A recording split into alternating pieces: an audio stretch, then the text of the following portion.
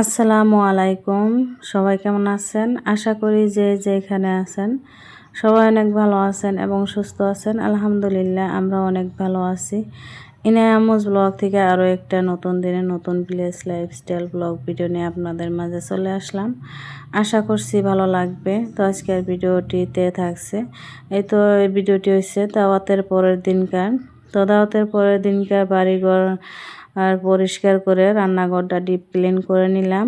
তো দেখা যায় যে কিছু একটা আয়োজন করলে অনুষ্ঠান করলে বাড়িতে আর কি 1 সপ্তাহ 3-4 দিন আগে থেকে কিন্তু কাজ শুরু করতে হয় বাড়িঘর পরিষ্কারের বা অনেক কিছু গুছানোর। তারপরে আবার কিন্তু দাওয়াতের পর থেকে আবার 2-3 দিন চলে যায় এইভাবে বাড়িঘর গুছানো, বাড়িঘর পরিষ্কার করা। তো অনেকটাই কষ্টকর হয়ে যায়। তো ওরা আর কি সবাই মিলে বাঁচতেবো আমার জায়েরা, তো সবাই মিলে আর কি ওরা বাসনগুলা ধুয়ে নিতেছে আমাদের ঘরে যেহেতু আসিল সবগুলা, তো ওরা বের করে নিয়ে গেছে। তো অনেকগুলা বাসন আর কি পাতিল, বড় বড় পাতিলগুলো আর কি জমা হয়েছিল, তো সমস্ত কিছু ওরা ধুয়ে নিতেছে। আর আমি বললাম যে আমি রান্নাঘরটা পরিষ্কার করে নেই। তো আমি আর বাসন ধুতে যাই নাই, কারণ অনেকেই ধুইতেছে 4-5 জনে। তো ওখানে আর যাই কি করব, তো রান্নাঘর তো ভালো করে পরিষ্কার করতে হবে। তো ওরাই পরিষ্কার করতে চাইছিল, তারপরে কিন্তু আমি বলছি যে আমি একাই করে নিব। তো আমি যেভাবে পরিষ্কার করব সেভাবে কিন্তু ওরা আর কি করতে পারবো না। তো আমার ঘর আমি কিভাবে পরিষ্কার করব সেটাই কিন্তু আমি ভালোভাবে জানি। তাই আর কি অন্যজনে করলে আমার আর কি ভালো লাগে না। তা আমি নিজেই আর কি পরিষ্কার করে রান্নাঘরটা একদম ডিপ ক্লিন করে ধুয়ে নিছি। তো ডিপ ক্লিন বলতে চুলার পাশ দিয়ে আর কি আমি ভালো করে সার্ফ দিয়ে ভালো করে ঘষে ধুয়ে নিয়েছিলাম। তো এটা আর কি ভিডিও করা হয় নাই, যেহেতু এনে আছে, এনে কান্না করতেছিল মোবাইলের জন্য। তো ওকে মোবাইল দিয়ে তারপরে কিন্তু আমি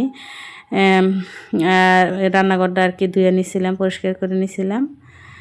যেহেতু এখন কিন্তু বাচ্চাদেরকে সাথে সাথে রাখতে হইতেছে, তো অনেক আর কি এই একটা কাজ করতেছি, সবসময় বাচ্চাদের পাশে রাইখে আর কি কাজ করা হইতেছে। তো অন্য একটা ভিডিওতে বলবো আপনাদেরকে কিসের জন্য।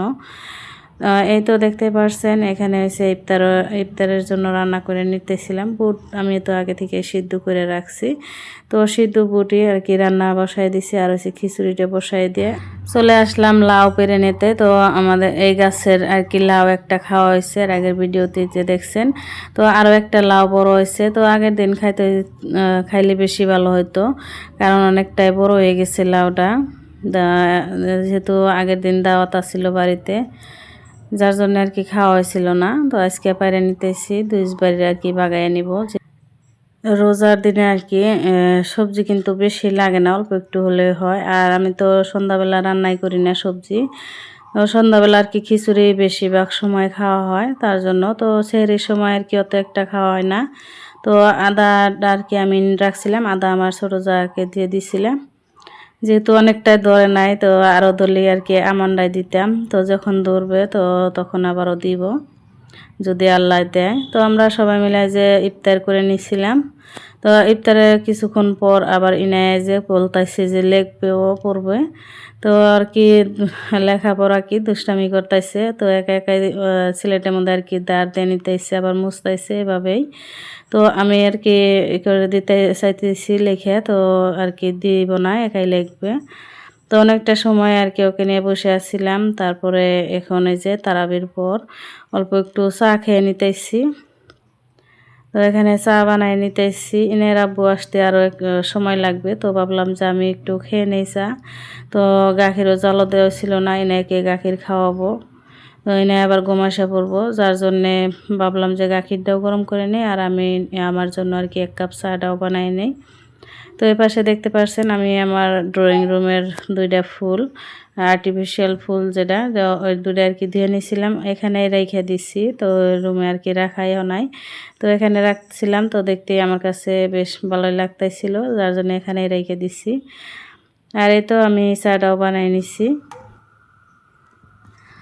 যারা যারা ভিডিওটি দেখতে দেখতে এই পর্যন্ত আমার সাথে আছেন তাদেরকে অসংখ্য ধন্যবাদ। যদি লাইক দিতে ভুলে থাকেন প্লিজ একটা লাইক দিয়ে আমার পুরো ভিডিওটির সাথেই থাকবেন। আর যদি আমার চ্যানেলে নতুন হয়ে থাকেন তো আপনাদের আমার ভিলেজ লাইফস্টাইল ব্লগ ভিডিও যদি আপনাদের কাছে ভালো লাগে থাকে আমার চ্যানেলটি সাবস্ক্রাইব করে দিয়ে পাশে থেকে যেতে পারেন আর সুন্দর একটা কমেন্ট করবেন যাতে আপনাদের পরিবারে যেতে পারি। তো এই যে ইনায়াকে এখন গাখির আর কি জাল দিয়ে আমি ঠান্ডা হইতে দিছিলাম অল্প একটু। তো ঠান্ডা হওয়ার পর ওকে গাখির আর কি খাওয়াইয়া চলে আসলাম রুমে। তো রুমটাও আমি গুছাই নিছি অফ ক্যামেরাতেই। যেহেতু বিছানাটা অনেকটাই এলোমেলো আসছিল, ইনায়া অনেকটাই দুষ্টামি করলো, খেলা করলো, আবার অল্প একটু লেখাপড়া করলো একা নিজে নিজে আর কি। তো যার জন্য অনেকটা এলোমেলো আসছিল, আমি গুছাই রুমটা ঝাড়ু দিয়ে তো এখন আর কাপড়গুলো আমি গুছাই নিব। দিনের বেলায় আর কি কাপড় ধুয়ে নিছিলাম, তো সমস্ত কাপড় আর কি এখানে চেয়ারের মধ্যে আমি এবার রেখে দিই। যখন সময় পাই তখন আর কি আমি গুছাই নেই, বেশিরভাগ সময় আমি রাত্রের বেলায় গুছাই নেই। তো এখন রাতের বেলা আর কি আমি গুছাই নিতেছি। নেয় আব্বু চলে আসবো, এখন যদি শুয়ে পড়ি তারপরে ঘুমাইয়া পড়বো, তখন কিন্তু উঠতে মন চায় না, যার জন্য ভাবলাম যে এখন আমি ঘুম আসার বদলে আর কি কাপড় দিয়ে আমি গুছাই নেই। যেহেতু একটু আলসে লাগে, তো মনে হয় শুয়ে থাকি, ইফতারের পরে নামাজের পরে অনেকটাই খারাপ লাগে, তারপরেও কিন্তু আমরা শুতে পারি না, অনেকটাই কাজ থাকে আমাদের। রাত 10টা বাজুক বা 11টা বাজুক, তো অনেকটাই কাজ থাকে কিন্তু। তা বাসন ধোয়া, ইফতারের পরে সমস্ত বাসন আমি ধুয়ে রাখি সাথে সাথেই। তারপরে এই যে কাপড়গুলো গুছাই নিতেছি, প্রত্যেক দিনে তো একই কাজ আমাদের, তো অনেকটা কাপড় ধুইতে হয় আবার গুছাতে হয়। তো সব সময় আর কি ভালো লাগে না, কিছু সময় আমি চেয়ারের মধ্যে রেখে দিই, তো যখন সময় হয় তখন ধুয়ে নেই। তো এখন ভাবতেছি যে ইনায়ের আব্বু চলে আসবে, সময় হয়েছে, তো এখন আর শুয়ে কী হবে, আমাকে আবার উঠে আবার ইনায়ের আব্বুর জন্য চা বানাতে হবে। তাই আর কি কাপড় দিয়ে আর কি গুছাই নিলাম। তো বড় কাপড়গুলো আমি আলনার মধ্যে রেখে দিলাম, আর ছোট ছোট কাপড় যে এইগুলো আমি রেখের মধ্যে রেখে দিব। ইনায়ের কাপড় ওর আব্বুর কাপড়, যার যার কাপড় আর কি আমি আলাদা আলাদা করে রেখে দিব। তো আমার ভিডিওতে অনেকটা সাউন্ড আসতে পারতেছে না, এখানে আর কি খেলা করতেছে, ও অল্প একটু ডিস্টার্ব দিতেছে, তারপরে অনেকটা গাড়ি ঘোড়া গেতেছে, তো একটু ক্ষমা দৃষ্টিতে দেখবেন। তো এই যে আমি যার যার কাপড় আর কি বাগে বাগে রেখে দিলাম যাতে আমার সুবিধা হয় কাপড় খুঁজতে। আর ইনায়ের আব্বুর কাপড়গুলোও আমি ইয়ের মধ্যে রেখে দিই, এক থাকে। তো এর পাশে ইনায়াও খেলা করতেছে, দেখতে পাচ্ছেন। তো আমি এই যে সমস্ত কাপড়গুলো আর কি গুছাই নিলাম, রুমটাও গুছাই নিছি। রাত্রেবেলা কিন্তু রুম গুছানো না থাকলে আর কি শুয়েও ভালো লাগে না, ঘুমাইছেও আর কি শান্তি পাওয়া যায় না, এরকম অবস্থা হয়। তো আমার মতো কার কার অবশ্যই কমেন্টে জানাবেন।